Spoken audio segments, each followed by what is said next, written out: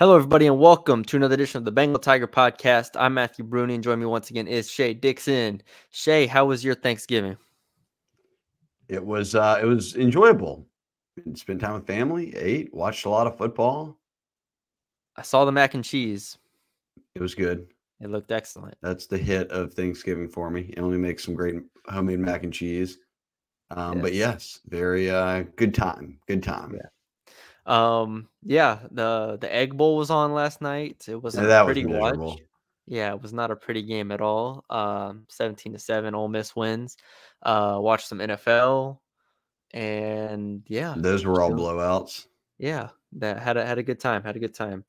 But here we have LSU versus Texas A&M Saturday morning, I guess, 11 a.m. kickoff in Tiger Stadium. This is we talked about. I thought we did a great job on the Mailbag podcast laying out what's all at stake and how important this game is, and what you can win in this game, what you can lose in this game. We'll talk about all that as well. But I guess we start with, are there any injuries to report here? Logan Diggs should be playing. What else? Mekhi Wingo's still out. J.K. Johnson's still out. Yeah, and I don't expect Deuce Chestnut or Denver Harris to be out there. No. So I think we're status quo minus Logan Diggs, starting running back, who could well be back for this game. So I guess the question is Andre Sam. Was there an update on Andre Sam that I missed? I didn't see, and I think that he said he might have been trendy, or I can get you an answer there, because Andre got hurt in that game and he never came back in. Yeah. Obviously, I don't think BK included him on the injury report or anything like that. Not that is the gospel, but yeah, that's they don't play. If they don't have Andre Sam at safety, who are they playing? Jordan Allen, as you came out last time. Previously, we've seen Ryan Yates. So you're dealing with a bit of inexperience, I guess, either way. With those two, Andre Sam's the most experienced guy you've got in the defensive backfield. But I do know, here you go, earlier in the week, he said that Andre Sam, Logan Diggs, and Whit Weeks should all be available. Awesome. Yeah. Whit Weeks is probably the biggest name there, because everybody wants to see him and see him get back on the field after what Brian Kelly said was a foot injury, a gash in his foot of some sort. So he should be back and ready to go. But yeah, those are the injuries. I do want to throw it to start this off. Throw it to you, because I think you laid out well in stories on the podcast and stuff, just kind of obviously what a win would do, but then also what a loss would do. So kind of just how important is this game for LSU? I continue to make the case that I think it's one of the most, if not the most important game of Brian Kelly's 2 years here. And because if you win this game, you have a potential Heisman winner. You're in the race for a Biletnikoff, with Malik Neighbors being the best receiver in the country. Two pretty, key pieces of hardware. And you could throw in all the others. Look, there's a lot of quarterback awards that Jaden Daniels could win, from the Manning to Davey O'Brien. I mean, Joe Burrow stacked up the Heisman and everything else. If Jaden has a huge game on Saturday, we'll see what Bo Nix does on Friday night against Oregon State. And then obviously Bo Nix will have another week next week, most likely to play another game. We'll see. And Jaden Daniels does not. We'll see how that affects everything. But I guess my point has been that you win this game, it puts you on path to get to 10 wins again in back-to-back seasons. And you're coming off 500 seasons, your first losing season since 1999, 1 year prior to Brian Kelly arriving. The trajectory of the program would be going in the right way. If you're now at back-to-back 10-win seasons, you've had the number one offense, you might have a Heisman winner, all these things. Matty B, if you lose this game, you're at 8-4. You've essentially wasted, even more so, the best offense in school history, one of them, right up there with the 2019, because you couldn't play defense. And if they lost this game, it's probably because they didn't play very good defense. And I know that A&M's defense, will dive into it, is very, very good. Arguably the best defense LSU will have faced this year. But LSU's offense is really, really clicking. It's not like this is week one. They know what to do. They're in a groove. They can score points. It's a matter of stopping A&M's offense. And if you lose this game, Jaden probably doesn't win the Heisman. You're not stacking up postseason awards, and you've now don't have a chance at 10 wins. So in reality, you're going backwards from year one, even though you went into the portal and were supposed to have an even better team this year, and the defense really kind of crumbled on you. So despite the defense's struggles, I think a win here would mean so much for recruiting because, again, and I'll wrap up by saying, you're 14 right now. You win, there's going to be some shuffling.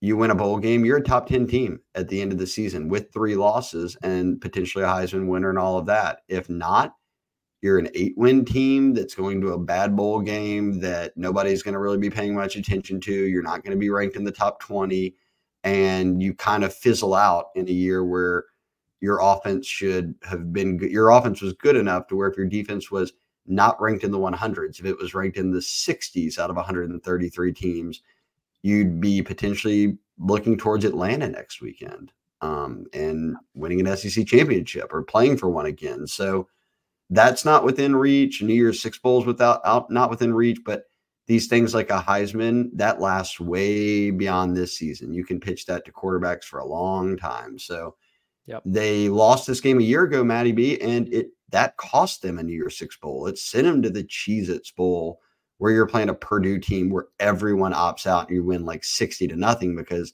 you're playing third stringers basically. And I think that there's still value to be had in this season, but it means you have to win tomorrow. Yeah, and I do think there is value in playing in a bowl game, a better bowl game, even if you don't make a New Year's Six bowl, and better bowl game than what you would play in if you were 8-4. That's certainly the case. Yeah, we can dive into A&M versus LSU now on the field.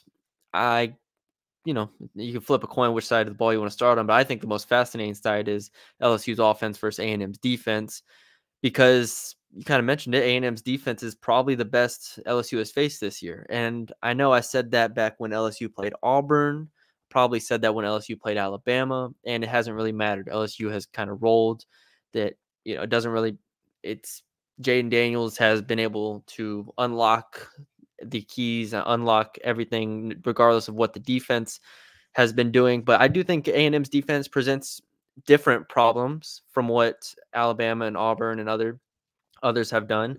I do look at it similar-ish to what Florida State did well in game one, where the defensive line and the front 6, front 7 is so daunting and so intimidating and has, stacked up so many tackles for loss and sacks that it does open the door to potentially knocking you off your schedule if you're not careful. So A&M, I wrote about all this in my 3 key story. You can go read about that. But A&M, I believe, #1 in the country in TFLs per game, #2 in the country in sacks per game.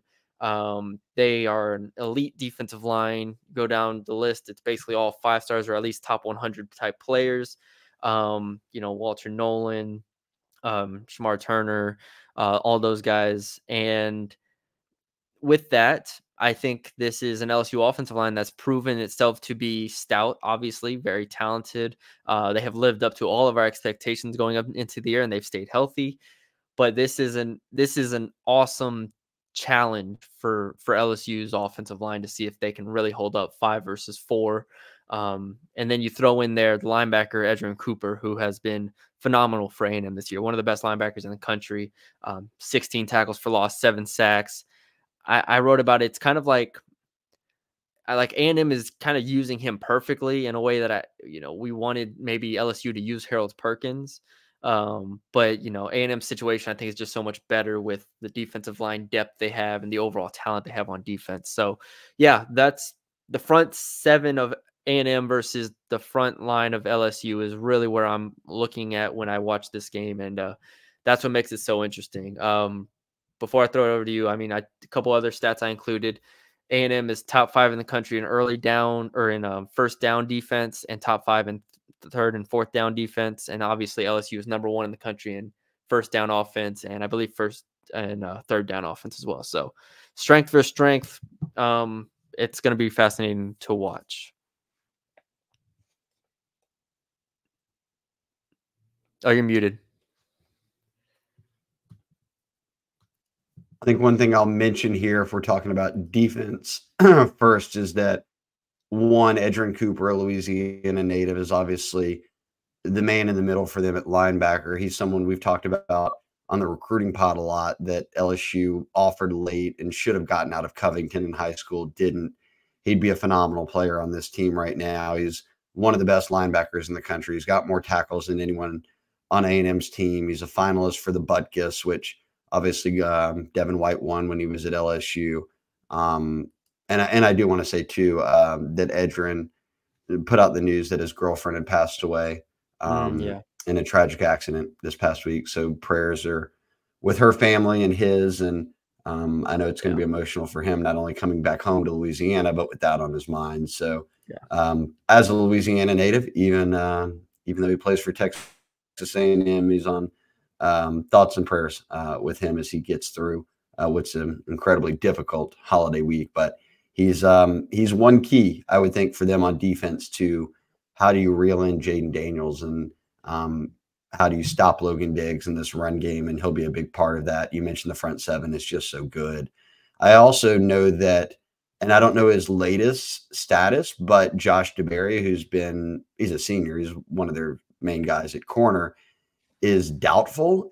It's most of Billy Lucci and all them who I trust over at Texags have said that he remains questionable this week. I don't know if Jimbo's given any sort of firm update there.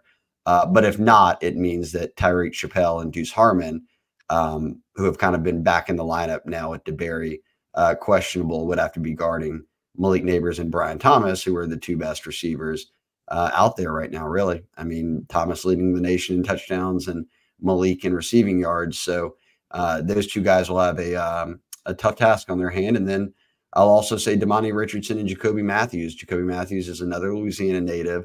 Damani Richardson was one of the best players in high school coming out. They're at safety. So even with a front seven being very good, they've got some solid players at safety. They've got some guys who can play at corner. This, I think it'll be a very good test for LSU. I do believe this is one of the best defenses they'll have faced, right there with Bama. Yeah. So, yeah, well, we'll see how it goes. I think the advantage is on the perimeter for LSU, and that's where Jaden Daniels, I expect they'll hit a couple big plays. They'll be explosive.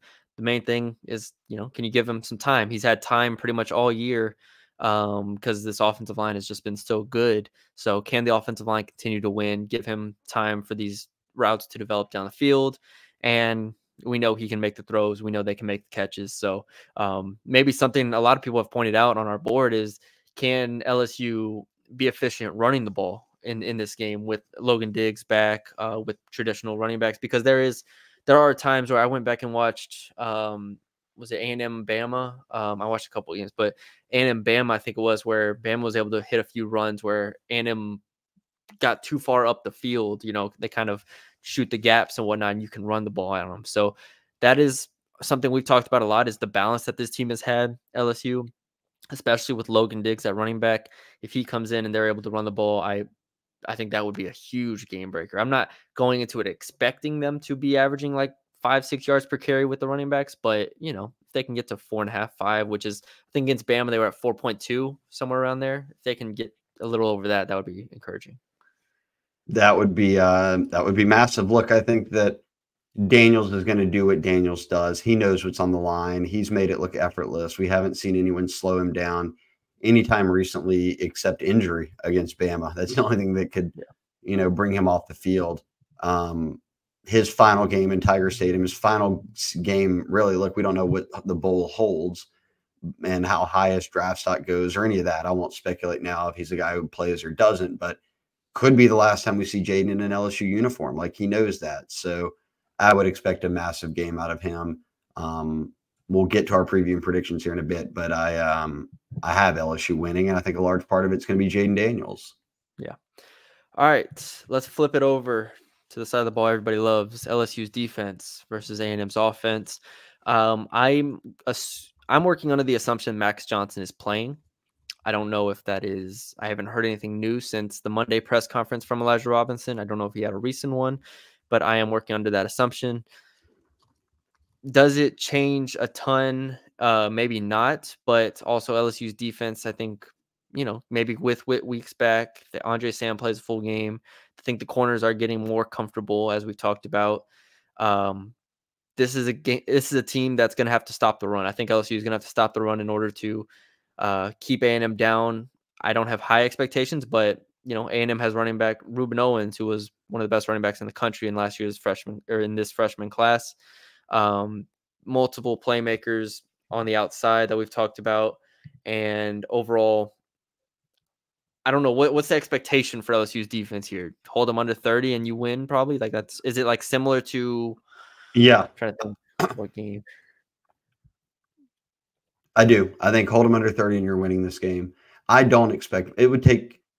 It felt like the vibe around College Station would take a lot for Max Johnson, who's been hurt, to play this game. Yeah. So Jalen Henderson, we've talked about him before on the podcast, came from Fresno State, I believe, but barely played there, and now is got 3-0 playing at Texas A&M, but hasn't done anything to light the world on fire. He's thrown it around some. They haven't played crazy good competition, but LSU's defense isn't that great. So how do you figure a way to beat a team like this on defense who's down to their third string quarterback? And it looks like Moose Muhammad's going to be the go-to receiver, because the speculation all week is that A&M's best receiver is not going to make the trip or is going to sit out, and nobody's came out and denied it yet.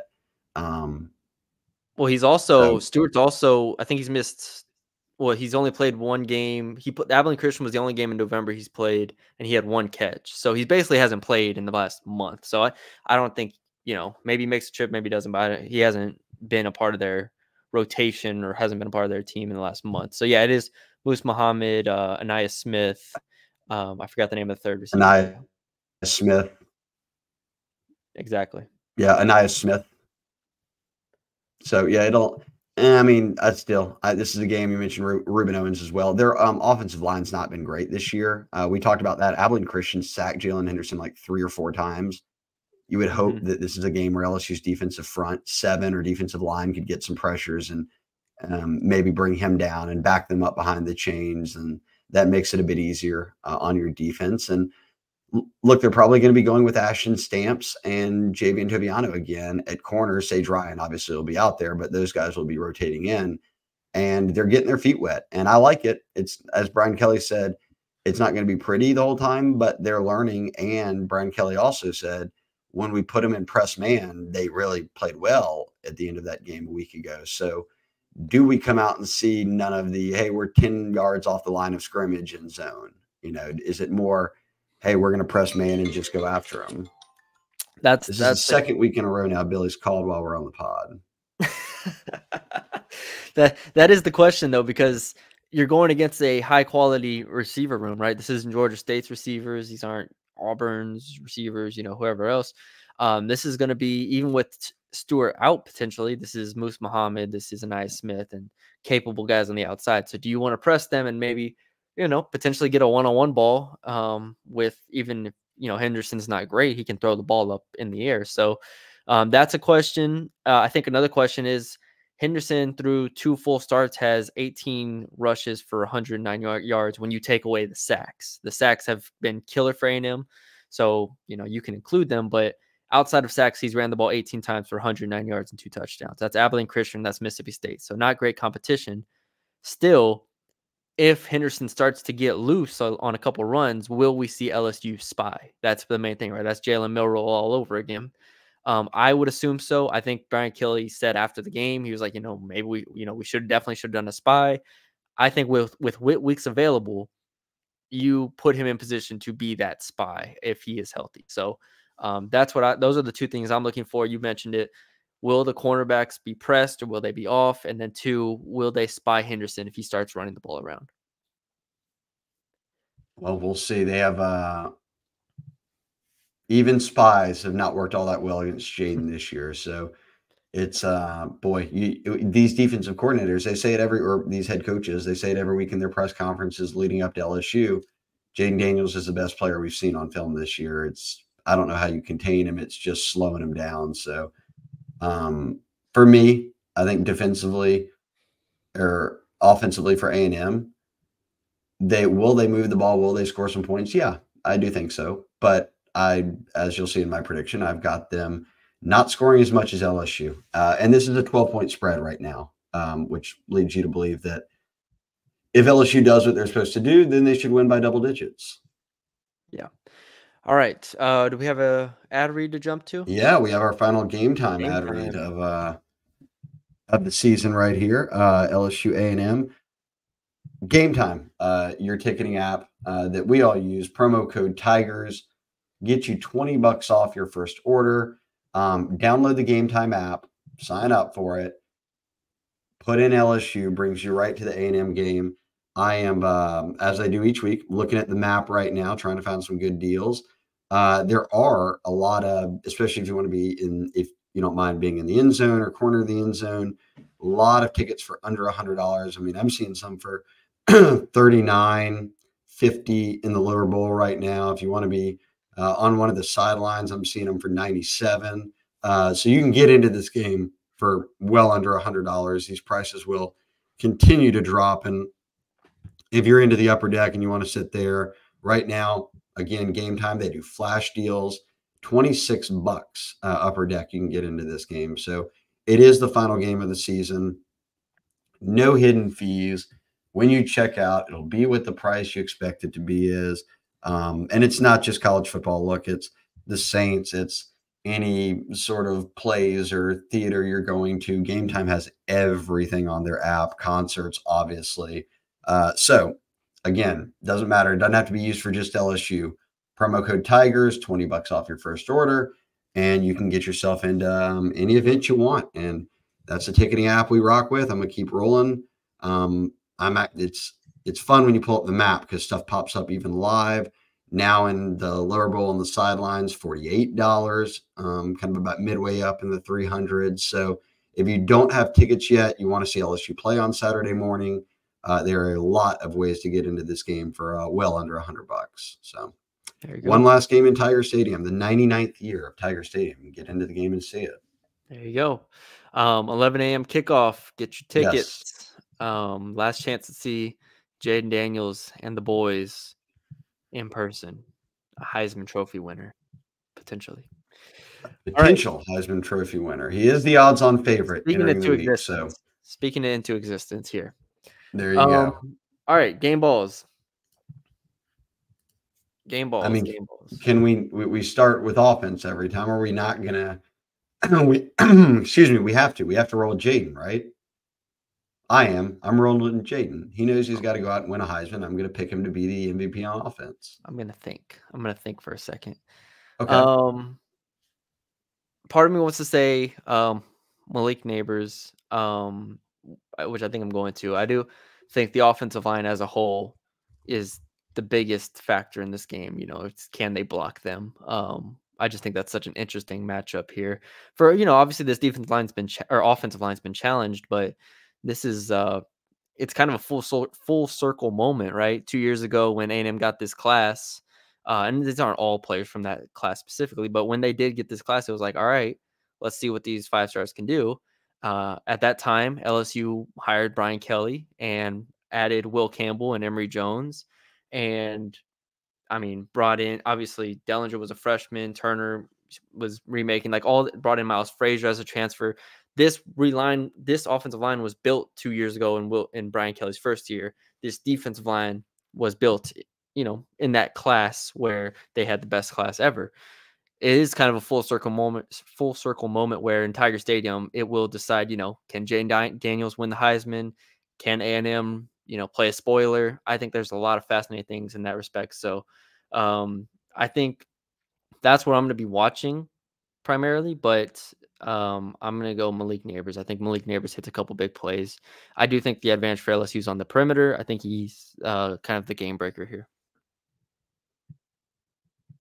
All right. I've got your quotes written out for the story when it drops. For those that miss it on the podcast, we always have the preview the preview and predictions will be up here shortly on the site on the Bengal Tiger, but we also do our MVP picks. So you're going Malik, but I like your offensive line notes there against this D-line and how you frame that of it being a couple of years in the making here of best on best. I think LSU's O-line is very, very good, and Texas A&M's D-line is very, very good. But I'm with you on Malik Neighbors. I got to go first there. So defensively, who you rocking with? Defensively, I'm gonna go with give me Sage Ryan. Sage Ryan. Now, he's a flawed. He's not purely a boundary corner. He's been do it all for this team. Uh, but I think we saw enough against Georgia State. I think we saw enough in the past few games where I think he's actually starting to figure it out a bit. He is tackling pretty well. He made a couple nice plays. I think this is a good spot for him to where he has a lot on his plate. I think he'll get thrown at a few times. Now against Georgia State, the Panthers threw at the freshman quite a bit, but maybe they throw it at Sage Ryan sometimes and he makes some plays. So give me Sage Ryan with over 1.5 either PBUs or interceptions. Okay, that's bold. You said over. Give me over 1.5 PBU or interception. Yeah. So plays on the ball over 1.5 pass breakups or interceptions. Okay. All right. Man, I want to pick someone in that front seven. I think that as much as we talk about LSU struggles at defensive back, that maybe the front seven in this game could really help set the tone. You've picked Jordan Jefferson a ton. I think or you've highlighted him at least a ton. I think that's a really good person to look at. I'm going to go maybe for the second time in 12 games. I'd have to check. I'm going to go with a non-starter. I'll go Braden Swinson. And he has started to play more than Ovia Gofu, but if he can get some pressures in passing situations on an A&M third-string quarterback, or even Max Johnson, if somehow miraculously he gets healthy and plays, or is playing through whatever injury he's got, having to battle, that could be key. And Harold Perkins does it all. He's going to be in coverage. He's going to be blitzing. He's an easy pick to throw out in a game like this, but I'll go a little bold. I'll give Swinson the nod. And I think Swinson has continued to push himself up the transfer portal edition kind of power rankings. And you ranked the top 10 D linemen this past week. I thought it was a great article. Even Cole Kubelik gave you a shout out for it with a like on Twitter because he said not enough people have talked about Jordan Jefferson. But I'll go past Jordan Jefferson and pick Braden Swinson here. I think that he comes up with some tackles for a loss, maybe a sack. And depending on when that happens, that could be a game-swinging moment. Yeah. Special teams, I'm going to take Jay Bramblett. I think this is for the first time in a while. He's going to have to, warm up his leg, get loose on the sideline and get ready to maybe make a couple punts. Not a ton. I think LSU scores enough here to where it's a good performance from the offense, but there will be times I think it gets tight early. Actually, I think this game I'll talk about it in a bit, but I do think this game may be tight early on to where there's a couple stops that field position will matter. So first half, Jay Bramblett punt inside the 20. There's my prop of the game there. But yeah, Jay Bramblett with a couple key punts here. I'll take him. I like that. I can't not go then with the other specialist. I'll go Ramos, and I've picked him plenty of times. And the LSU offense is so good quite often that they win by enough to where it doesn't matter. But if this game is tight, let's like you said, if it's tight early, well, what if it's tight in the second half? Even if it's tight early and they drive down and stall out, hitting a big kick or two would be massive. And look, A&M's had some kicking woes, and LSU hasn't had to face that this year. Ramos has been very reliable for them, especially from 40 and in. He can hit it, and I think that could be big in a game like this. I have them winning by double digits, but I still think that doesn't discount that Ramos could play a big part in that. So give me Damian Ramos, kicker, 1 or 2 big field goals that obviously can help separate you in what could be a close game, obviously.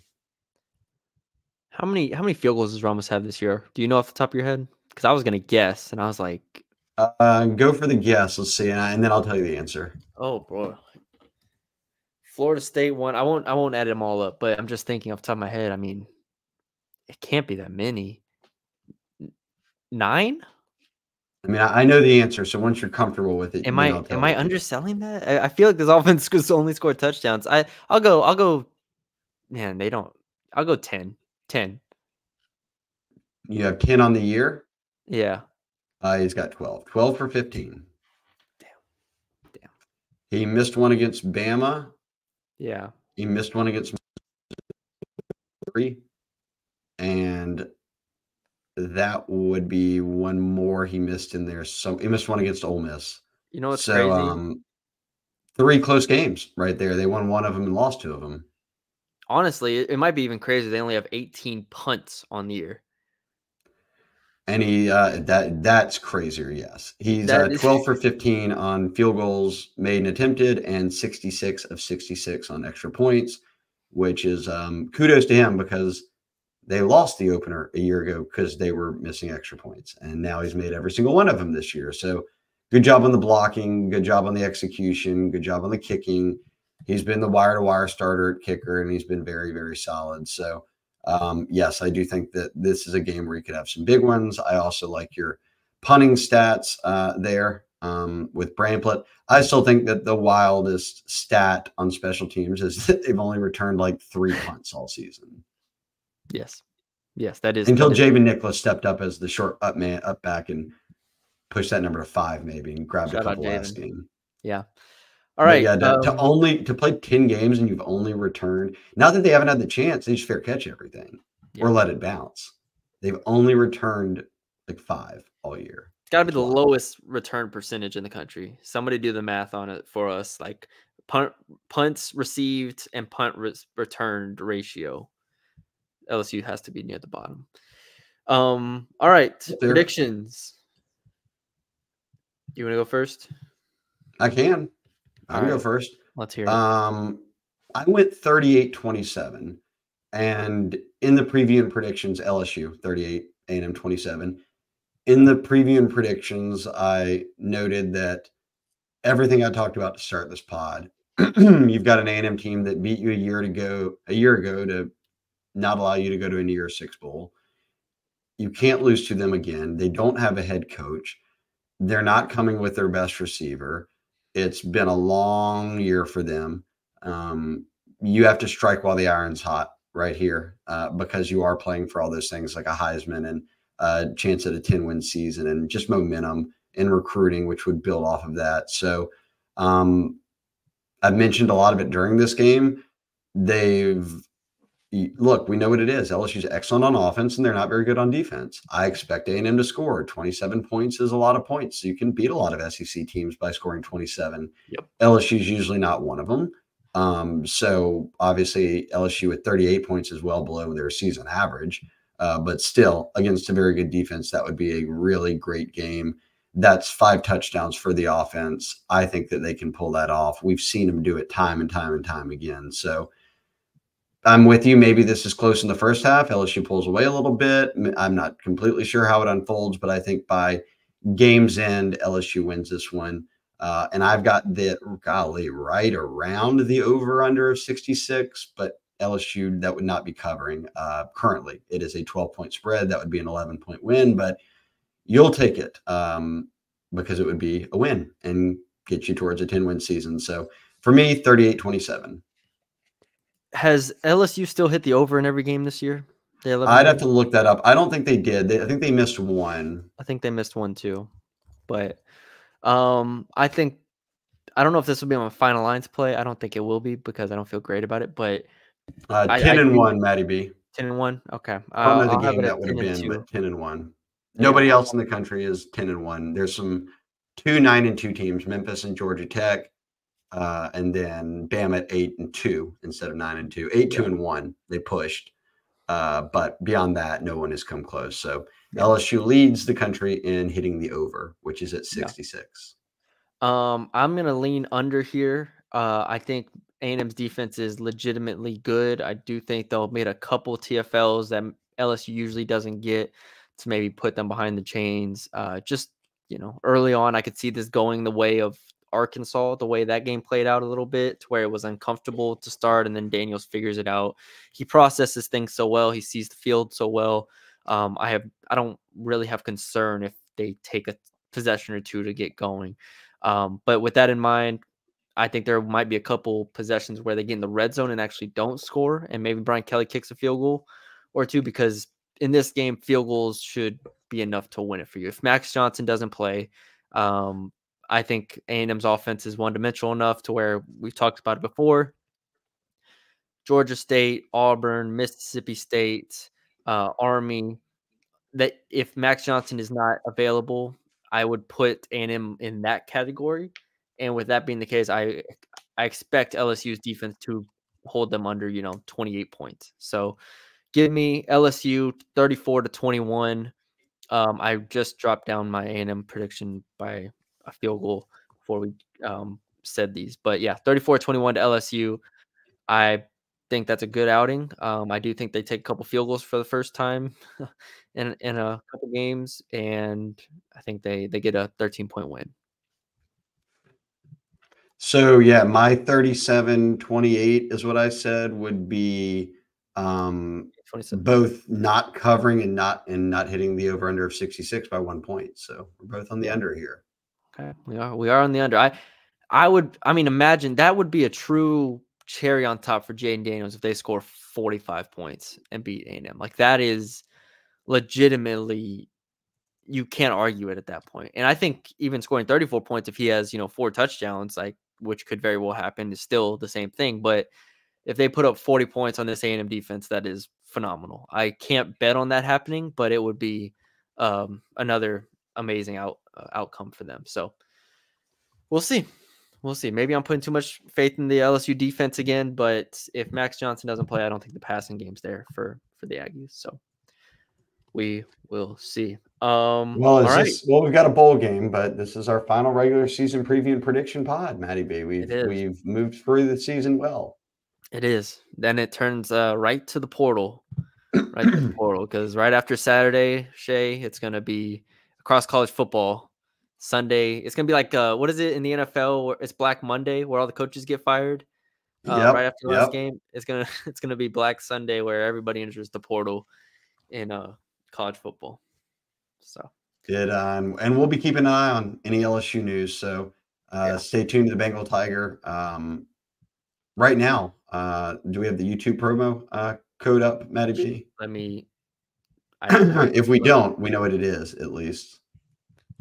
For anyone listening on YouTube right now, you can catch it, or listening to the podcast, we'll give it to you. But 2 months of the Bengal Tiger for $1. And if you do the math, that carries you through signing day, through the end of the season, the bowl game, any coaching changes, all of the portal, everything that you would need to know about how busy LSU's football's offseason is about to be, including the bowl game, you would get for just $1. And we have been booming on the Bengal Tiger. So thank you so much to all the new subscribers. We've had so many new people join. A lot of y'all here from the YouTube channel have made your way to the website. You said you've loved it. Me and Matty B both appreciate that. Certainly Billy does it as well. But yes, 2 months for $1 right now is the promo. Matty B, do you know the promo code off the top of your head? I have it if you don't. I can find it. No, where's I know. I have to get my phone. Yeah, I can tell you real quick for those listening. But if you go to the Bengal Tiger, you're not a member yet, go sign up, click the $1, and then you can have in there, if you have a promo code, that's where you would put it. And I believe it is, let me give it to you guys real quick. My LSU one Slack channel, I was sent a message of what the deal was. So let me jump in that really quickly. Here he is, our man William Story with the deal. It's loading. My internet's terrible these days. It's all right. I got it. Let me pull it up for all of our viewers here. Here we are. Boom. You got it? Yep. Can you see it on your screen? There it is. There it is. $1 for 2 months. And look, since we love you guys and you're not listening on YouTube, do us a favor. We'll do a trade. You go to YouTube, give us a follow. I'll tell you what the promo code is, and I won't make you wait. It's LSU1, the number 1. LSU, the number 1. Go to the Bengal Tiger, sign up for it, go to subscribe, put in the promo code LSU1. You will get 2 months for $1. That's it. No No hidden fees, no nothing, just like game time. Just No, straight up nothing. $1 for 2 months, and that'll get you through, all the way to almost February signing day, which is usually a much smaller one than December. So this is a key stretch. Guys will be going pro, guys will be hitting the portal, guys will be coming out of the portal to LSU, high school recruits signing. You'll get the scoop. You'll never be behind on anything. But shout out to everyone who's been a member of the Bengal Tiger already, who's joined lately, and who rode with us all season on the preview and predictions pod and the mailbag pods, which we'll keep rocking, but previews and predictions will turn into the portal podcast for those wondering. So you can find us still here every week. It'll just be the portal podcast instead. Yes. All right. Let's wrap it up. I gotta go watch some LSU women's basketball versus Niagara in the Cayman Islands. So Angel Reese is not in the Cayman Islands. She's not. She's not. For those of y'all who came here to get your Angel Reese news. For those keeping track of the Angel Reese drama, she is not with the team in the Cayman Islands. She is not. She is not. So yeah, we'll have y'all covered there. And preview predictions will be out on our site. All that good stuff. Final lines will be out. So check everything out on the site. $2 or 2 months for $1. Subscribe to the YouTube channel if you haven't already. Thank y'all for joining us. We will talk to y'all later.